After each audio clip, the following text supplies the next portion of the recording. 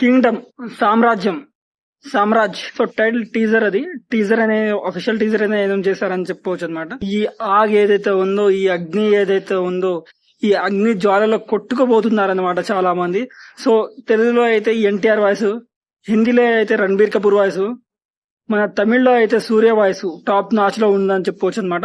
So తెలుగులో ఏదైతే మన ఎన్టీఆర్ అయిన వాయిస్ అయితే ఉందో టాప్ నాచ్ లో ఉందని చెప్పుకోవచ్చు.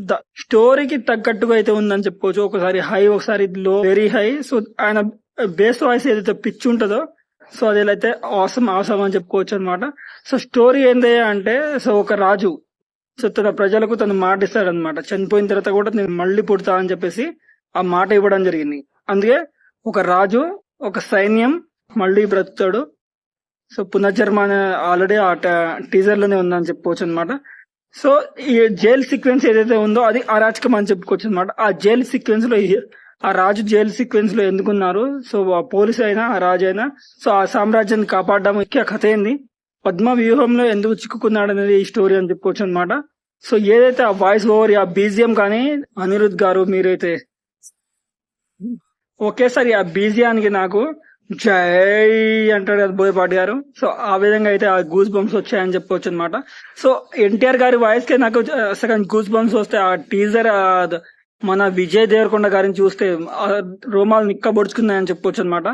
సో ఈ హైతో నేను ఇంకా 3-4 రోజులు నిద్రపోనేమో అంటే మీరు అతిశయోక్తి కాదని చెప్పుకోవచ్చు అనమాట. అంత హై అయితే ఇచ్చారని చెప్పుకోవచ్చు అనమాట. సో 3-4 రోజులు నిద్రపోకుండా ఉండే హై అయితే నాకు ఇది ఇవ్వడం జరిగింది. సో మీకు ఈ టీజర్ ఎలా అనిపించిందో కామెంట్ చేయండి. సో నాకైతే టాప్ నాచ్ భయ్యా, ఇలాంటి teaser never before ever after అని చెప్పుకోవచ్చు. సో ఈ స్టోరీ లైన్ ఎవరైతే ఇప్పటి వరకు తీయలేరు అని చెప్పుకోవచ్చు అనమాట. ఇదైతే వర్కౌట్ అయితే హ్యాపీయెస్ట్ పర్సన్ ఎవరైతే ఉన్నారంటే అది నేనే అని చెప్పుకోవచ్చు అనమాట. Die heart follower of Vijay Deverakonda నేను. సో తెలిసినా తెలియకుండా ఇదే నిజం అని చెప్పుకోవచ్చు అనమాట. సో ఆ హైకి నేను సగం చచ్చిపోయేలేక ఉన్నాను అన్నయ్య. హైగా చాలు మాకు ఇక. సో ఇదే హైని May 30 వరకు మేము కొనసాగిస్తాం. ఇదే హైప్ తో మేము ఉంటామని చెప్పుకోవచ్చు అనమాట. సో ఈ టీజర్ మీకు ఎలా అనిపించిందో కామెంట్ చేయండి. సో వరుస ఫ్లాప్ లో తను ఉన్నారని చెప్పొచ్చు. సో ఒక ఇండస్ట్రీని ఏలుదామని వచ్చి దాని తర్వాత వరుస బిగ్గెస్ట్ ఫ్లాప్ రావడం జరిగింది. సో గత 2 సినిమాలు హిట్, ఒక సినిమా యావరేజ్, ఒక సినిమా హిట్ అని చెప్పుకోవచ్చు అనమాట.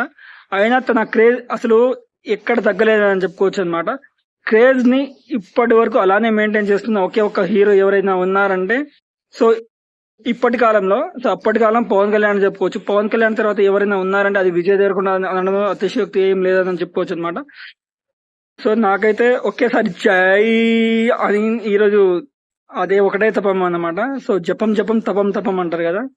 సో ఒకటే విధంగా నేనైతే ఉన్నాను. అది మీకు ఎలా అనిపించిందో టీజర్ అనేది నాకు కామెంట్ చేయండి అనమాట. సో నాకైతే గూస్ బంప్స్ తెప్పించింది. మీకు అలానే ఉందా లేదా అని కామెంట్ చేయండి. టీజర్ గురించి మాటలు లేవు, మాట్లాడుకోవడాలు లేవు. ఒకటే ఈ టీజర్ మాత్రమే మాట్లాడుతుంది. సో అదైతే నేను పక్కా చెప్తాను అనమాట. ఈ టీజర్ థియేటర్ కి వచ్చిన తర్వాత ఆ విజువల్స్ ఏదైతే ఉన్నాయో, ఆ ప్రెజెన్స్ ఏదైతే ఉందో, సో మన ఎన్టీఆర్ వాయిస్ ఏదైతే ఉందో అదే మాట్లాడుతుంది. అప్పటి వరకు జై అని పడుకోవడమే అనమాట. సో సైనింగ్ ఆఫ్ నారాజు రాథోడ్ రివ్యూస్.